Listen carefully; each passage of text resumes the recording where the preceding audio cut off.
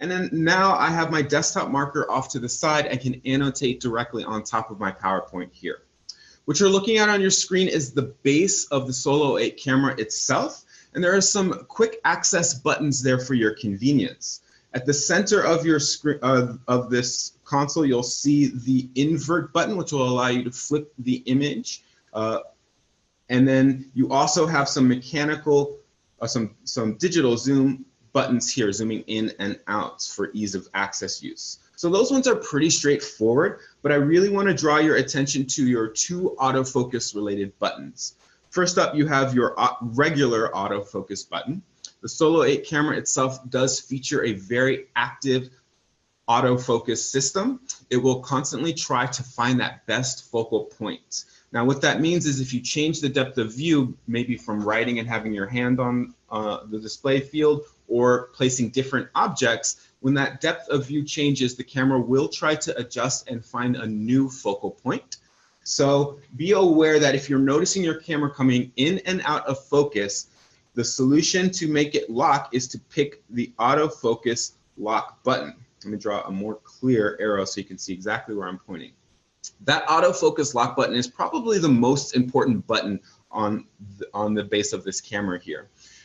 Pressing that button will still ask your camera to find a focal point, but then it will lock and stay on that focal point so you can change the depth of view without having to worry about that distracting in and out. So make a habit, begin to build that habit of tapping that autofocus lock button when you start your session using the camera so that your camera will stay focused and locked in there. The last feature I need to point out here is your camera reset button. In the event that your software is having an issue communicating with the camera for whatever reason, you can reset that connection by using a pin or something thin enough to press this recess button. It might be a little bit easy to miss with the eye, so we want to draw your attention to it. Pressing in that reset button and holding it for about 5 seconds will reset the camera, and that should solve any problems that you're having with the camera connection to your software. So if you open up Flex and the rest of Flex is running smoothly, but you're not getting an image, just go ahead and run through that reset, that simple reset process. Continuing on, we next have the source selector. This is located directly above the neck of the Solo 8 camera. This has your tilt and height adjustment controls, but I want to draw your attention to the source selector buttons here in the center. These are used when you're connecting external devices such as an iOS device or a laptop or Chromebook. When you're connecting through HDMI or through your Lightning port, you need to select the correct channel that you're connecting through. Similar to your home TV, which might have multiple devices connected to it at any time, a Blu-ray player, a video game console, a cable box, and you have to select on your remote which source you're accessing at any given time. It's the same concept here.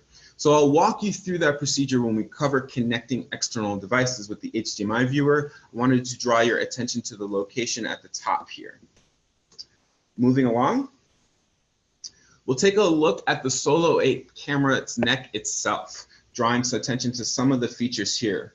You do have LED lights there, which are useful, especially if you're going to dim the lights while showing a document. You can control that with a switch that's located to the side of the neck. You can increase or decrease the amount of LED lighting. And notice that in the image here, you can see the neck of the camera is rotated. Be aware that that neck has a nice pivot rotation. And in fact, the whole camera neck itself can rotate around along the base of the podium itself.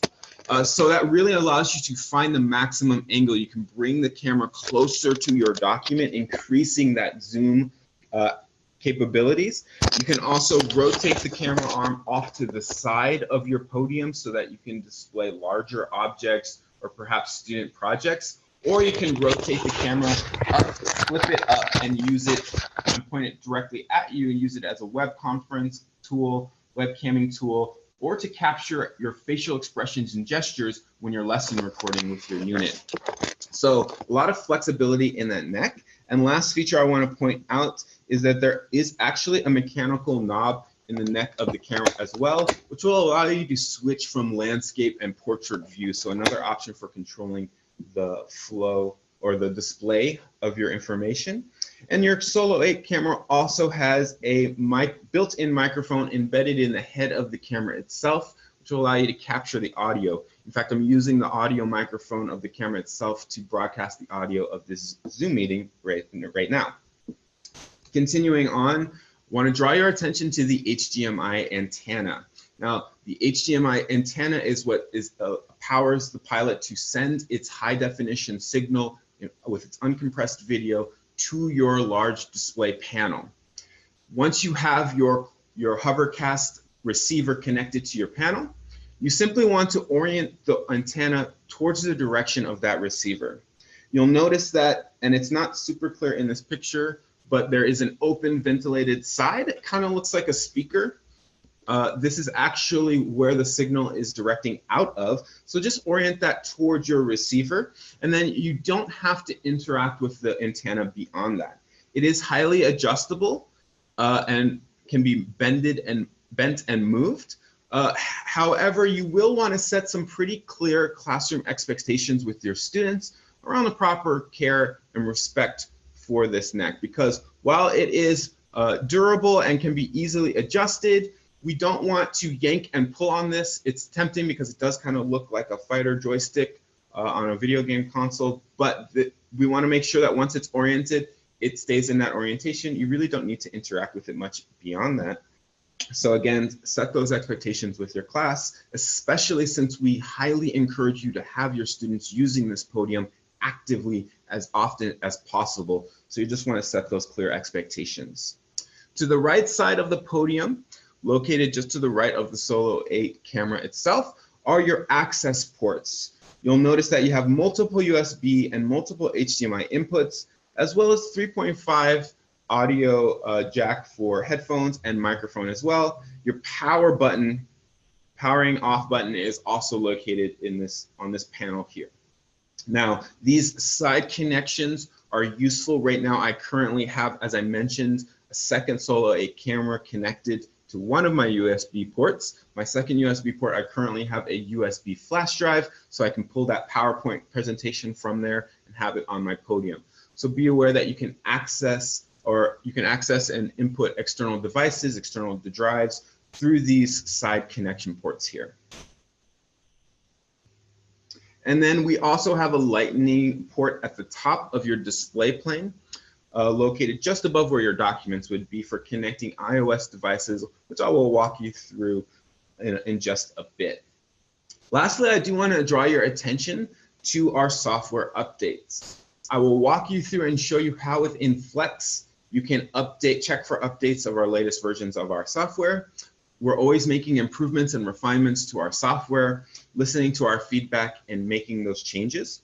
So when we do make improvements, we want you to have access to that, keeping in mind that all of our software as well as our updates are free. So we encourage you to make sure you check often to make sure you have the latest updates. And when we have major updates, we will notify you of those updates as they roll out.